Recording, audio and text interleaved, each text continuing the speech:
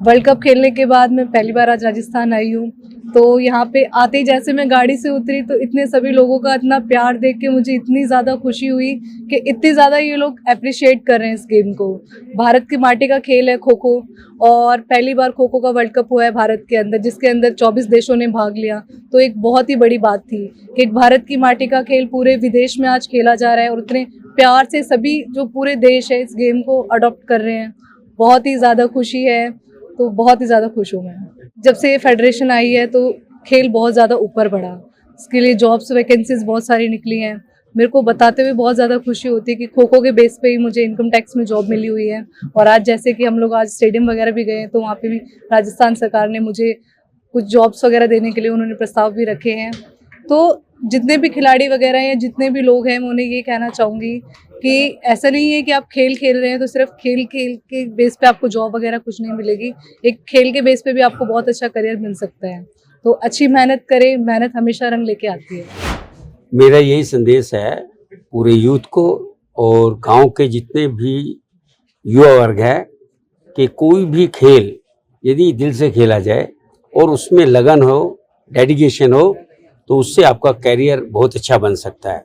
खो खो जो है एक ऐसा खेल है जो हमारा भारतीय मूल का खेल है, और इसके अंदर वो सभी साइंटिफिक इसके अंदर सारी क्वालिटीज़ हैं जो एक अच्छे खेल के अंदर होनी चाहिए। मैं ये कहूँगा कि हमारे बुजुर्गों ने, जो हमारे पूर्वज थे, उन लोगों ने ऐसे गेमों का आविष्कार किया जिससे ये सभी खेल एक तो हमें हेल्थ वाइज अच्छा बना सके, दूसरा हमें ये सिखाते हैं कि भाई हमारा शारीरिक और मानसिक कैसे विकास होगा। तो हम इसे भूल गए थे, लेकिन जैसे ही 2017 से मैं और मेरे प्रधान श्री सुधांशु मित्तल जी आए, हम लोगों ने अपना खो खो का टीम के साथ इसको बढ़ाने का एक बीड़ा उठाया, और मुझे गर्व के साथ कहना पड़ता है कि हमने लीग शुरू किया जिसके अंदर राजस्थान के भी बच्चे अडानी टीम से उससे खेले। उसके बाद हमने एशियन चैम्पियनशिप कराई, फिर वर्ल्ड चैम्पियनशिप का हमने बीड़ा उठाया। तो मुझे बताते हुए हर्ष होता है कि इसमें 24 कंट्रीज़ ने पार्टिसिपेट किया, और 24 कंट्रीज़ के साथ साथ ऐसे नहीं कि भाई 24 कंट्रीज़ में इंडियन प्लेयरों को लिया गया, नहीं, वो उसी ओरिजिनल जगह के खिलाड़ियों को हमने लिया। और जितनी 6 कॉन्टिनेंटल हैं, सभी कॉन्टिनेंटल से टीम आई जो वर्ल्ड कप के लिए ज़रूरी होती हैं।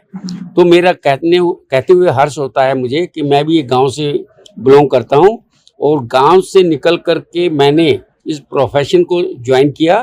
आज मैं एक अच्छी पोजीशन पे हूं, मैं जनरल सेक्रेटरी हूं, मैं एशिया का ट्रेजरर हूं। तो मैं ये कह सकता हूं यूथ को, सभी को जो गांव से बिलोंग करते हैं, आप भी अगर मेहनत करोगे तो आप निर्मला भाटी की तरह, और मैं अपनी तरह तो नहीं कहूँगा क्योंकि मैं इंटरनेशनल तो नहीं खेल पाया, उस समय इंटरनेशनल नहीं था, पर एक अच्छे मकाम पर पहुँचने के लिए आप अगर अच्छा खेलते हैं, अच्छा आप पढ़ते हो, तो आप अवश्य ही आपका जीवन जो है उज्जवल होगा। और इसके लिए मैं हमारा यहाँ के जो सेक्रेटरी हैं, हमारा कोच हैं और इंडिया कोच हैं, इन सबको भी मैं बधाई दूंगा। इन सब के मेहनत से ये आज जो दिन है देखने को मिला। हाँ, इतना और मैं बता देना चाहूँगा कि आज यहाँ पर आकर के जिस तरह से यहाँ का यूथ में और ये जो इनके प्रभावक हैं, इन लोगों ने इस बच्चे का जो हौसला अफजाई किया, वाकई ये मैं बयान नहीं कर सकता, लेकिन भावना मेरी है कि मैं इतना खुश हूँ कि आप लोगों ने इतना प्यार इसे दिया है। तो वाकई आप सबके दिल में इसके लिए और अपने देश के लिए, अपने समाज के लिए, अपने डिस्ट्रिक्ट के लिए सबको प्यार है। हमारे पास 15 खिलाड़ी थे और सब अपने स्टेट को रिप्रेजेंट कर रहे थे और बहुत अच्छे थे। उसमें से राजस्थान से निर्मला भाटी थी। तो मैं एज ए चीफ कोच बहुत खुश हूँ कि जब ये पहला नेशनल खेली थी तब भी मैं इसका कोच था, और आज वर्ल्ड कप में खेली है तब भी मैं चीफ कोच था। तब भी इसने स्टेट को, देश को गोल्ड मेडल दिलाया, और आज भी, क्योंकि राजस्थान से कुछ खिलाड़ी आए हैं, कुछ मेन में भी आए हैं, कुछ वुमेन में भी कैंप में आए थे, और उसमें से ये सेलेक्ट हुई और कई खिलाड़ी आगे भी जाएंगे। मैं उम्मीद करता हूं कि ये एक प्रेरणा का स्रोत बनेगी। राजस्थान के जो खिलाड़ी हैं इसको एक प्रेरणा का स्रोत बनाएंगे, और आने वाले समय में लड़कियां और लड़के दोनों बढ़ चढ़ के भाग लेंगे और राजस्थान और देश का नाम रोशन करेंगे। राजस्थान की जनता का, क्योंकि राजस्थान वो शहर है या वो प्रदेश है जिसमें कहते हैं कि पधारो हमारे देश, और मेहमान को जिस तरीके से नवाजा जाता है और बेटी को सम्मान से देखा जाता है, तो मैं तो कहना चाहूंगा बेटी को पढ़ाओ भी खूब और खिलाओ भी खूब। तो बेटी पढ़ाओ और बेटी खिलाओ, ये स्लोगन होना चाहिए सरकार का। तो ये अपने आप हमारी बेटियां एवरेस्ट की वो चढ़ाई दूर नहीं जिसको हम बहुत जल्दी उस शिखर पे पहुंच जाए। मैं तो कहूँगा देश में बेटियों को वो मुकाम मिलना चाहिए जो बेटों को मिलता है। और कोई कहावत थी कि खेलोगे कूदोगे होगे खराब, मैं और पढ़ोगे लिखोगे बनोगे नवाब। तो मैं कहता हूँ पढ़ोगे लिखोगे बनोगे होशियार और खेलोगे कूदोगे तो बनोगे लाजवाब।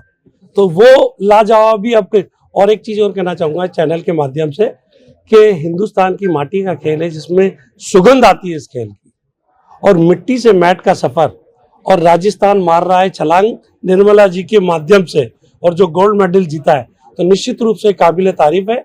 और मैं तो चाहूंगा कि हमारी बेटियों को हम जितना आगे ला सकते हैं उतना हमारे लिए और हमारे देश के लिए बहुत जरूरी है, क्योंकि बेटियां भी बेटों से कम नहीं होती। और हम तो देखते हैं अक्सर, अगर मैं आपसे बात करूं, चाहे वर्ल्ड कप की बात करूं, चाहे मैं ओलंपिक की बात करूं, चाहे कॉमनवेल्थ की बात करूं, चाहे एशिया चैंपियनशिप, उसमें सबसे ज्यादा जो मेडल जीते ना वो हमारी बेटियों ने ही जीते, बेटों की अपेक्षा। तो बेटियों के लिए तो ये सुनहरा अवसर है। जब खेलों में जब सिंसियरपन आ जाता है तो निश्चित रूप से निर्मला भाटी जैसी खिलाड़ी इंटरनेशनल अपने आप पैदा होती है।